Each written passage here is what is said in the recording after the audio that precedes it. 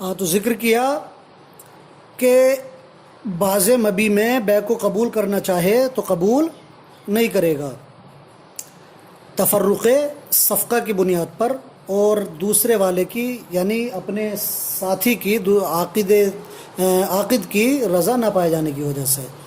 ہاں فرماتے ہیں ایک صورت ہے کہ اگر بائع نے دونوں چیزوں کا ثمن علیحدہ علیحدہ ذکر کر دیا، یعنی یہ کہا کہ یہ دو غلام میں 1000 روپے کے بیچ رہا ہوں اور ان میں سے ہر ایک غلام 500 روپے کا ہے، اگر اس طرح ذکر کر دیا تو ایسی صورت میں بے جائز ہو جائے گی۔ بے جائز ہونے کا مطلب یعنی بعض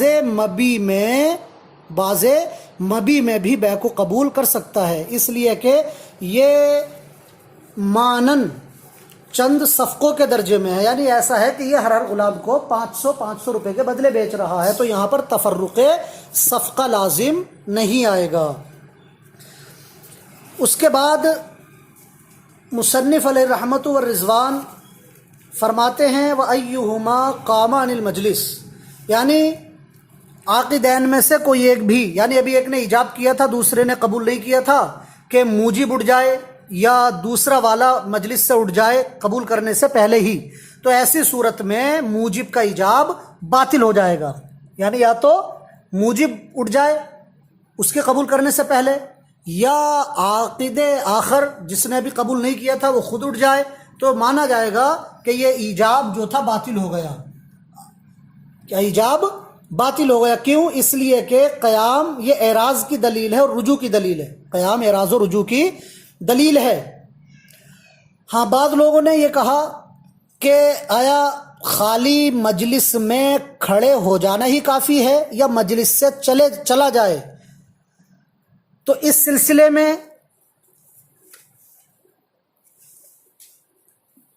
ہمارے فقہا میں بھی اختلاف ہو گیا۔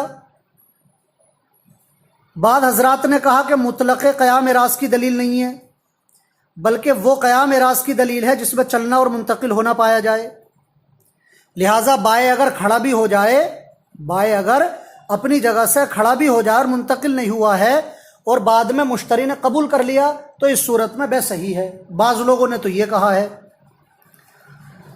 اور بعض لوگوں نے یہ کہا ہے کہ اگر کھڑا ہی ہو گیا تو ایسی صورت میں ایجاب باطل ہو جائے گا۔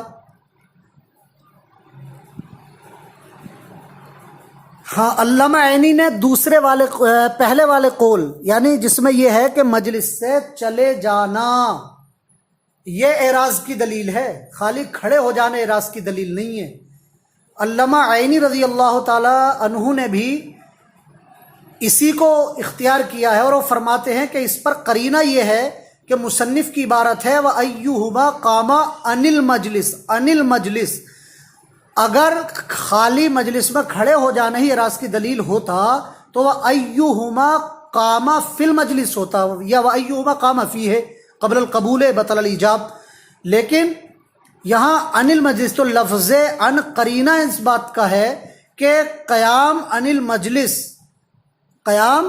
المجلس اسی وقت متحقق ہوگا جبکہ وہ اپنی جگہ سے کھڑے ہو کر چلا جائے، اپنی جگہ سے ہٹ جائے، اگر نہ ہٹے تو قامہ فی بولا جائے گا نہ کہ قامہ عن۔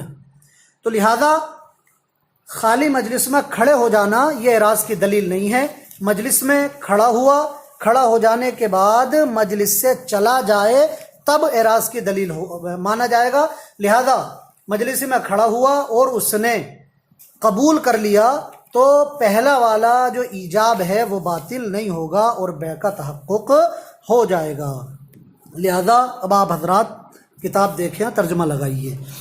وَإِذَا أَوْجَبَ أَحَدُ الْمُتَعَاقِدَيْنِ الْبَيْعَ، اور جب متعاقدین میں سے ایک ایجاب کرے بیع کا، فالآخر بالخیار ان شاء قبل فی المجلس و ان شاء ردہ، تو دوسرے والے کو اختیار ہے کہ اگر چاہے تو قبول کر لے مجلس میں اور چاہے تو اس کو رد کر دے۔ وہذا خیار القبولی، اور یہ خیار قبول ہے، کیوں؟ لأنہ لو لم یثبت لہ الخیار یلزمہ حکم العقدی، اس لیے کہ اگر اس کے لیے خیار ثابت نہ ہو تو عقد حکم لازم ہوگا من غیر رضاہ، بغیر اس کی رضامندی کے۔ وَإِذَا لَمْ يُفِدِ الْحُكْمَ وَإِذَا لَمْ يُفِدِ الْحُكْمَ بِدُونِ قبول الآخری، اور جب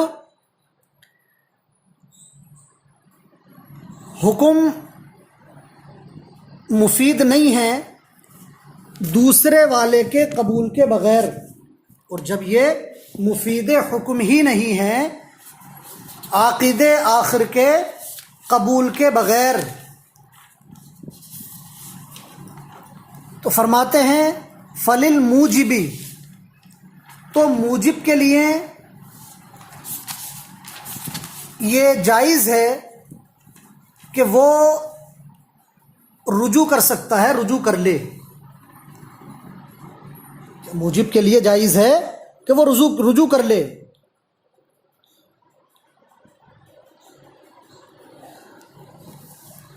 کیوں؟ لِخُلُوِّهِ عَنْ إِبْطَالِ حق الغیر، اس رجوع کے حق غیر کے ابطال سے خالی ہونے کی وجہ سے، یعنی اس رجوع میں غیر کے حق کو باطل کرنا نہیں ہے، لِخُلُوِّهِ، اس رجوع کے خالی ہونے کی وجہ سے حق غیر کے یا غیر کے حق کے ابطال سے۔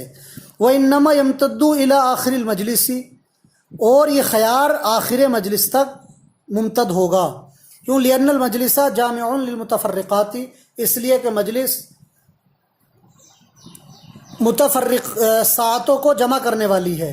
فَعُتُبِرَتْ سَاعَتُهُ سَاعَةً وَاحِدَةً، لہذا اس کی ساعتوں کو ایک ہی ساعت شمار کیا جائے گا، اس کی ساعتوں کو ایک ہی ساعت مانا جائے گا۔ دفعاً للعسری، دشواری کو دور کرنے کے لیے، وتحقیقاً للیسری، اور آسانی پیدا کرنے کے لیے۔ والکتاب کالخطابی، اور کتاب خطاب کی طرح ہیں۔ وکذا الارسال، اور اسی طرح رسالہ پیغام۔ حتی اعتبر مجلس و بلوغ الکتابی، یہاں تک کہ کتاب پہنچنے اور ادائے رسالتی، اور رسالے کے ادا کرنے کی مجلس کا اعتبار کیا جائے گا۔ ولیس لہ اقبلہ فی بعض المبیع، اور اس کے لیے جائز نہیں ہے کہ وہ بیع کو قبول کرے بعض مبیع میں، مشتری کے لیے جائز نہیں ہے کہ وہ بعض مبیع میں بیع کو قبول کرے، اور نہ ہی اس کے لیے جائز ہے، نہ ہی مشتری کے لیے جائز ہے کہ وہ بعض ثمن کے بدلے میں بیع کو قبول کرے دوسرے والے کی رضا نہ پائے جانے کی وجہ سے، بتفرق الصفقتی، صفقہ کے متفرق ہونے کی وجہ سے۔ الا اذا بینا ثمن کل واحد، مگر جب ہر ایک کے ثمن کو بیان کر دیا، ہر ایک کے ثمن کو یعنی الگ الگ ثمن ہر ایک چیز کا بیان کر دیا، تو اس صورت میں بعض مبیع میں بیع کو قبول کرنا جائز ہے۔ کیوں؟ لِأَنَّهُ صفقات معنن، اس لیے کہ یہ معنن چند صفقے ہیں۔ وَأَيُّهُمَا قَامَ عَنِ الْمَجْلِسِ، اور ان دونوں میں سے کوئی ایک مجلس سے کھڑا ہو گیا، قبل القبولی، قبول کرنے سے پہلے ہی، بطل الایجاب، تو ایجاب باطل ہو گیا۔ کیوں؟ لِأَنَّ الْقِيَامَ دلیل الاعراض والرجوع، اس لیے کہ کھڑا ہو جانا، مجلس کے اندر کھڑا ہو جانا یہ اعراض اور رجوع کی دلیل ہے، یہ اعراض اور رجوع کی دلیل ہے۔ وَلَهُ ذَلِكَ عَلَى مَا ذَكَرْنَا، اور اس کو وَلَهُ ذَلِكَ، اور اس کے لیے وہ ہے، اس کے لیے اختیار ہے، عَلَى مَا ذَكَرْنَا، اسی کی بنیاد پر جو ہم نے ذکر کیا ہے۔ کیا؟ اس کی بنیاد پر جو ہم نے ذکر کیا ہے۔ کیا ذکر کیا ہے؟